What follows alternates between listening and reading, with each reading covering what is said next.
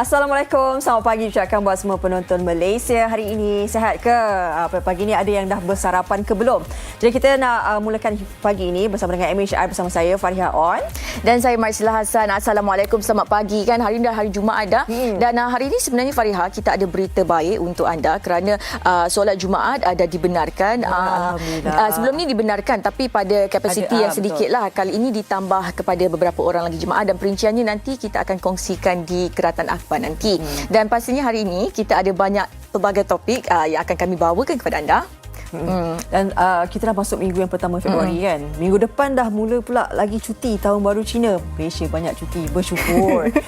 Dan kita nak bawakan antara perkembangannya nanti berkenaan dengan siapa ada pelihara haiwan di rumah. Kadang-kadang kita rasa macam untuk kebaikan kita kan. Kita suka kucing, kita suka kadang-kadang dekat kampung ayam, itik dan sebagainya. Tetapi sedarkah kita bahawa mungkin kita seorang je yang suka, bagaimana jiran tetangga yang lain? Betul, ini kita kata orang tu hidup berjiran ni macam-macam ragamnya. Macam Fariha cakap, contohnya saya suka bela kucing. Bagi saya, itu sesuatu perkara yang menyenangkan, satu terapi untuk saya. Tapi bagaimana pula kalau najis daripada kucing saya tu kat rumah tu boleh mengganggu ketenteraman jiran sebelah.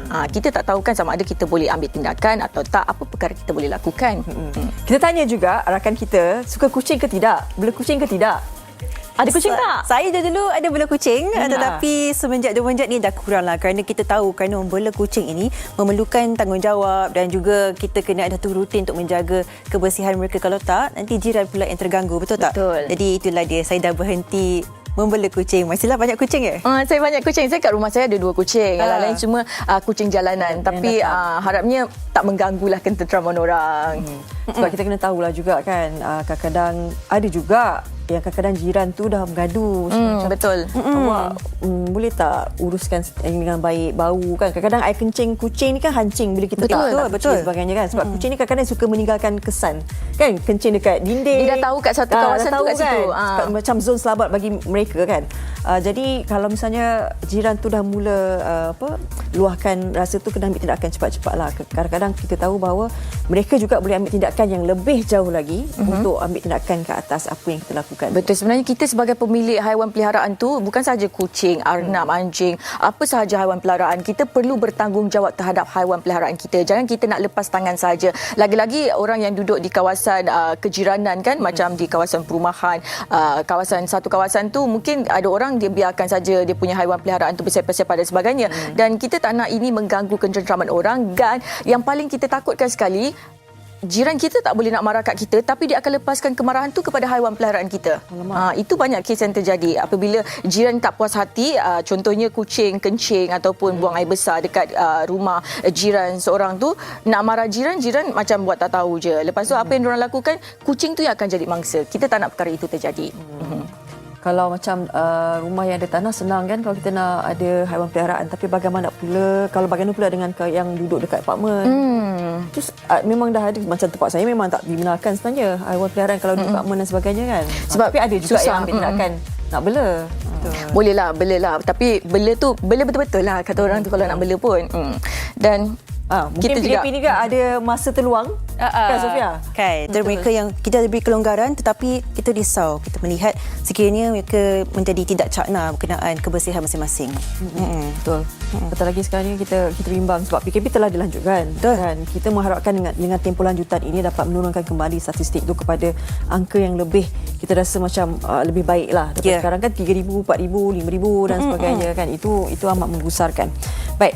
Mungkin kita boleh beralih kepada artikel akhbar pilihan hari ini. Kita mulakan dulu di berita harian. Di berita harian di halaman utamanya ini mengenai 3 juta rela bantu ikan nanti 12 dan 13 hari bulan ini tidak dibenarkan disambut secara, kita hanya dibenarkan disambut di rumah bersama keluarga dan pastinya dengan pelbagai SOP ketat yang telah digariskan oleh kerajaan. Dan seterusnya saya nak kongsikan di halaman ke-7 berita harian hari ini mengenai yang kita cakap tagilah jemaah solat Jumaat dibenar separuh kapasiti masjid. Katanya di sini jumlah jemaah solat Jumaat di wilayah Persekutuan Kuala Lumpur, Putrajaya dan Labuan akan berita harian untuk berita penuh dan lagi pelbagai berita-berita dan informasi-informasi di berita harian. Saya kira tadi SOP yang baru telah diberikan oleh kerajaan, salah satunya dia kan salon kan. Betul. Itu amat menggembirakan sebenarnya. Saya pun rimas tengok rambut anak saya dah macam mana dah. Dah panjang sangat Dah kan? panjang sangat. Baik, gunakanlah peluang dan masa yang sesuai lah untuk kita kan. Kalau nampak ramai sangat, tunggu dulu kan untuk masuk salon tu, buat appointment lah lebih baik. Baik, kita ke harian Metro. Ini di hadapan. Ini kan musim-musim PKP ni pastinya masalah kewangan. Jadi masalahnya nak keluarkan duit semua tak boleh kan. Dapat gaji bulanan pun tak boleh dikeluarkan. Jadi dia ni terpaksalah meminjam duit daripada kawan-kawan. Jadi sebenarnya ramai juga pasangan, ada juga pasangan yang menjadi mangsa melalui akaun ni. Betul. Yang bahayanya adalah kadang-kadang kita kan hilang kad pengenalan dan sebagainya kan. Benda-benda macam tu kadang-kadang boleh diguna pakai oleh mereka yang sangat bijak apabila membabitkan akaun wang dan sebagainya. Betul, ini perkara yang kita risaukan kan, kadang-kadang tak sedar akaun kita dimanipulasi dan sebagainya. Kata orang tindakan tidak bertanggungjawab ni menyusahkan orang lah. Dan seterusnya kita di NST. Baik, ini berkenaan dengan dibuka halaman ke-6. Ini berkenaan dengan vaksin ni. Dia nanti akan diberikan kepada pihak Barisan Harapan dahulu, mereka yang perlu mendapatkannya kan, yang bertugas sebagainya. Tapi kita fikir siapa pula nanti kalau kita selepas barisan yang fasa pertama itu, siapa fasa kedua, fasa ketiga dan seterusnya. Bagaimana nama itu akan diberikan dan sebagainya kan. Tak apa, kita nantikan nanti pengumuman yang akan diberikan oleh pihak kerajaan. Pastinya mereka akan lakukan yang terbaik buat semua rakyat Malaysia. Betul, apapun kita sabar menanti ketibaan vaksin dan kita harapkan yang terbaik buat semua, bukan sahaja di Malaysia, satu dunia, dan kita harapkan virus COVID-19 ni segera berakhir. InsyaAllah. Baik, dan seterusnya. Sofia? Ya, sementara kita menunggu kedatangan vaksin ke negara kita, bagi anda yang selama PKP ni permusuhan dalam hidup berjiran. Kembali dalam Malaysia hari ini. Terima kasih kerana masih lagi setia bersama kami seawal jam 8 pagi tadi. Dan hari ini kita nak bercakap mengenai haiwan peliharaan, di mana kalau kita membeli haiwan peliharaan, pastikan kita tahu menjaga kebersihan haiwan peliharaan kita. Dan juga sebenarnya jika anda seorang pemilik haiwan peliharaan dan anda menyebabkan haiwan peliharaan anda mengganggu ketenteraman jiran yang lain, anda boleh dikenakan denda sebanyak RM1,000. Dan hari ini kita nak bercerita, nak perkongsian seorang yang mengalami masalah haiwan peliharaan jiran yang kotor. Dan untuk itu kita akan bersama melalui panggilan telefon bersama Puan Suhana Saleh yang merupakan jiran kepada jirannya yang mempunyai haiwan peliharaan itu. Assalamualaikum. Waalaikumsalam warahmatullahi wabarakatuh. Apa khabar Puan? Alhamdulillah baik. Dari Seremban ya? Ya, saya dari Seremban, dari Sembilan. Okey Puan, mungkin Puan boleh ceritakan, kongsikan kepada kami di Malaysia hari ini mengenai masalah yang Puan alami ni. Bagaimana Puan berhadapan dengan situasi jiran yang mempunyai haiwan peliharaan yang menyebabkan mengganggu sedikit ketenteraman Puan?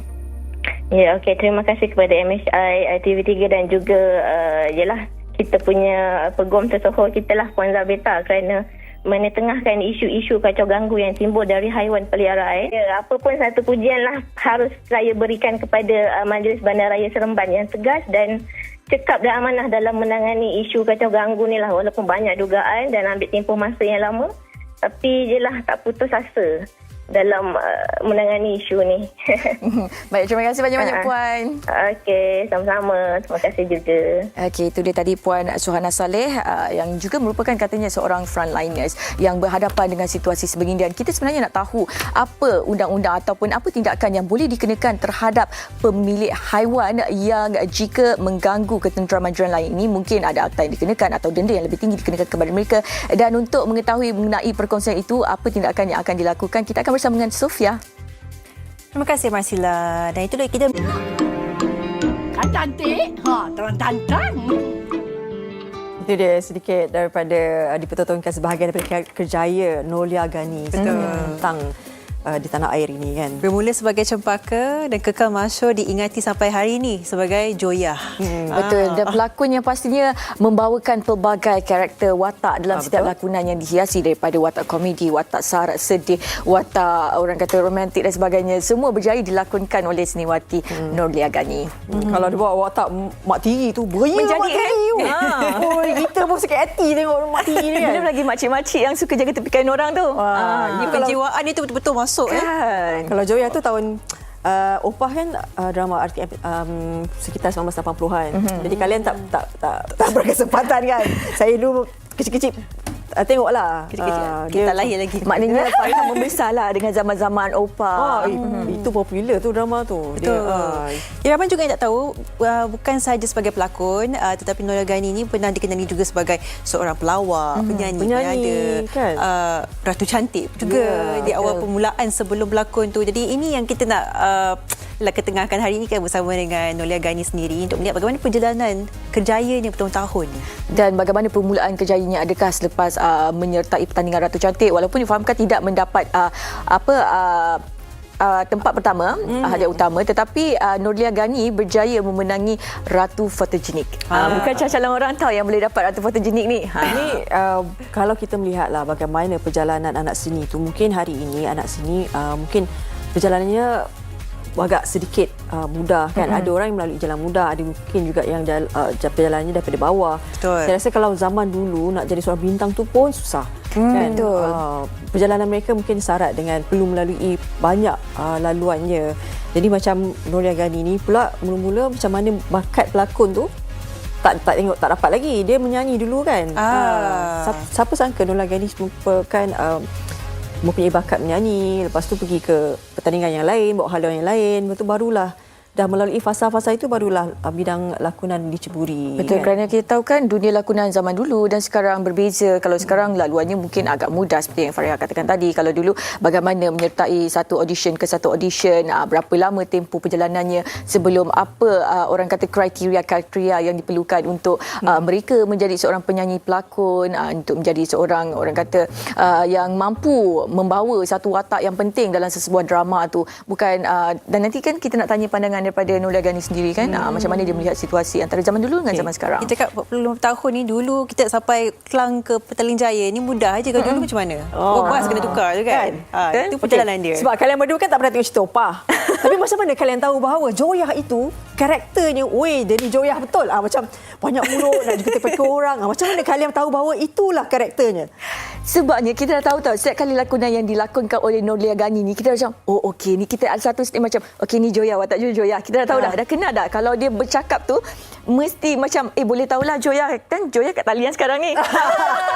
Akhirnya. Assalamualaikum. Jaga kesihatan Mama. Terima kasih banyak.